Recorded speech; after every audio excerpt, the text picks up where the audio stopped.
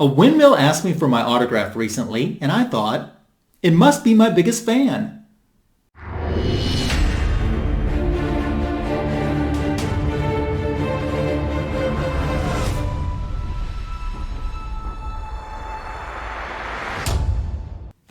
Thanks for stopping by my YouTube channel today to check out Comic Book Editions Volume 126. In today's video, we're going to unbox an AOK that arrived from my friend, Tony Fett. You can see Tony and myself as part of Fanboys Live in the Retro Review, the greatest DC Comics show on YouTube every Sunday. So make sure to join us for that. We always have a great time, but it's even better when you're part of it. If you're new to my channel and haven't subscribed yet, I hope you'll take this opportunity to do so. Clicking the notification bell will let you know when new content is added. Give this video a heart or thumbs up, that's always appreciated, and sharing this video or my channel in general with someone that you think might enjoy it is another great way to show support. I certainly do appreciate it. I've also left a link to Tony's YouTube channel in the description for this video, so if you're not subbed to him, do me a favor and subscribe. You'll want to check out his content, especially the shorts that he does on YouTube. He does a fantastic job on those. So today's unboxing, I actually know what's in here because they're books that I have sent to Tony. Tony went to Baltimore Comic Con at the end of October, and I sent him a couple books in hopes that he could get them signed for me. He had some success and has sent them back. This video is actually a follow-up to Comic Book Editions Volume 77 from last year when Tony AOK'd me a Wonder Woman one-shot book for her 80th anniversary that he ended up getting signed at the 2021 Baltimore Comic Con. He got it signed by Doc Shaner, Amy Reeder, and Becky Cloonan. That was awesome. And then earlier this summer, I sent that same book to my friend, Seeking Superman.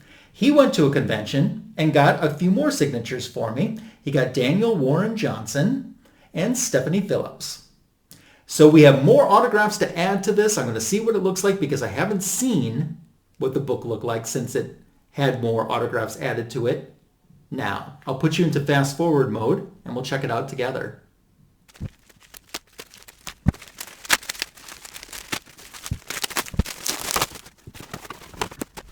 Awesome. So I've got two things to show you today.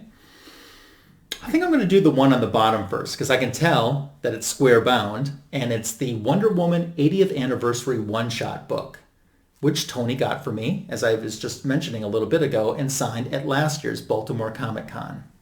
So there should be some more new signatures added to this. There should be a few, actually.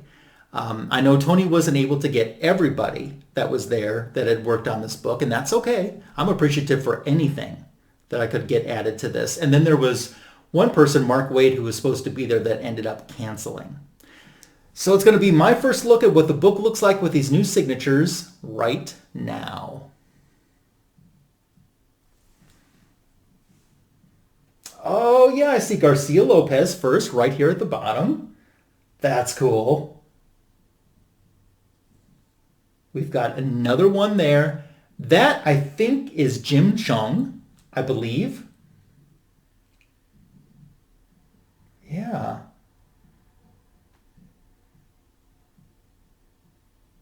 Wow, that's awesome. Yeah, I think I've got 6 on there now. Do I have 6 or do I have 7? 1, 2, 3, 4, 5, 6. No, I've got 7. So, oh, that's so cool.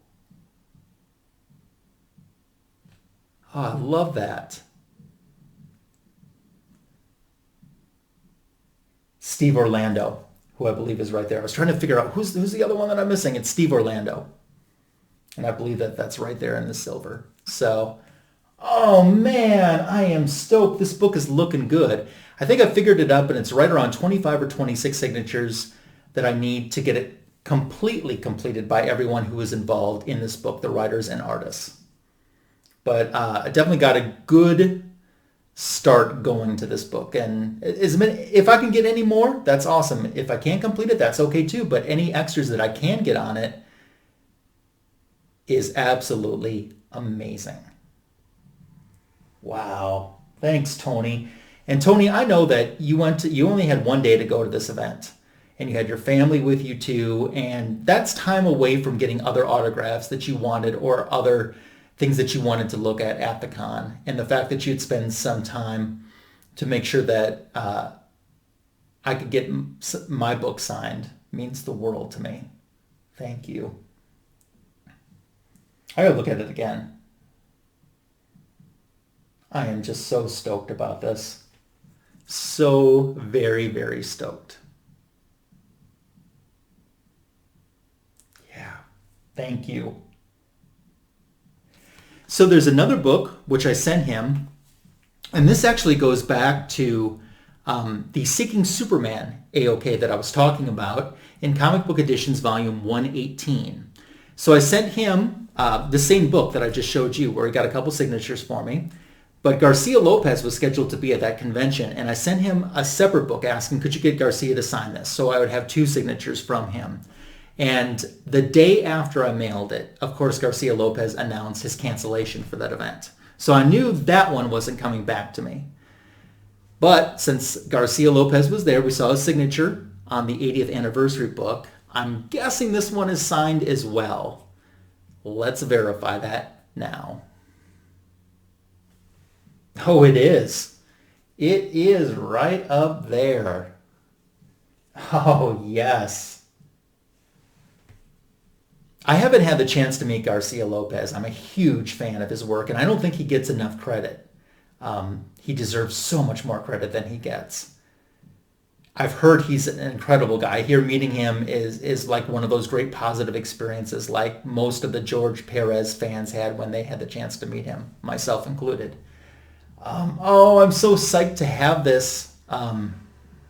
This is one of my all-time favorite Wonder Woman covers. It definitely falls in the top 5 all-time favorite Wonder Woman covers that I have. This is Wonder Woman Volume 1, issue number 230. This is just a one-off story, and Cheetah hadn't been in the Wonder Woman comic book in quite some time when she made her appearance in this Bronze Age issue. So one-off story, as I mentioned, essentially it's Wonder Woman on a movie set. Priscilla Rich is there, of course. Seeing Wonder Woman triggers her jealousy and her alternate persona, the Cheetah. And Cheetah goes to kill Wonder Woman, and she actually discovers her secret identity. Pretty ingenious. She threw something. I'm trying to remember what it wasn't. It was like a spearhead almost, but it made like an indentation, left a mark in her forehead. And she had it narrowed down to like 3 or 4 different women that possibly could be Wonder Woman, with Diana Prince being one of them. And under the infrared, she was able to tell who Wonder Woman was because of that indentation. Of course, in the end, she ends up forgetting, courtesy of Wonder Woman's magic lasso. Did someone say magic lasso? It's really actually a fun story. This is on the DC Digital app too, so if you don't want to buy the book, you could read it there. Some great artwork there, but as I said, this cover, one of my all-time favorite Wonder Woman covers, and now I have a signed copy. That's awesome. You know, a lot of the people that I love that are associated with Wonder Woman, you know, I love the older Wonder Woman books. I love most Wonder Woman books, but the older ones especially. But most people associated with the older Volume 1 titles, there's not a lot of them still around or still with us. So to have another one that worked on a cover that I just love and have it signed and personalized to me means the absolute world to me. That is so awesome. Thank you, thank you, thank you, Tony. Thank you again. I appreciate it more than you'll ever know. And I hope someday I do get the chance to meet Garcia-Lopez. That would be awesome. So make sure to sub to my friend Tony Fett. You can find his YouTube channel in the description to this video. Before we wrap up, I'll let you know that the comic book I wrote, Female Force Loretta Lynn, is still available pretty much anywhere where you order comic books online. It's also available for the Kindle app, and it's on Comixology. It makes a great holiday present too if you're looking for a gift for someone that is a country music fan or a fan of this icon that we lost earlier this year. Comic Book Editions Volume 126 has come to an end. 127's up next week, and I'll see you for that. Thanks again, Tony, and you take care.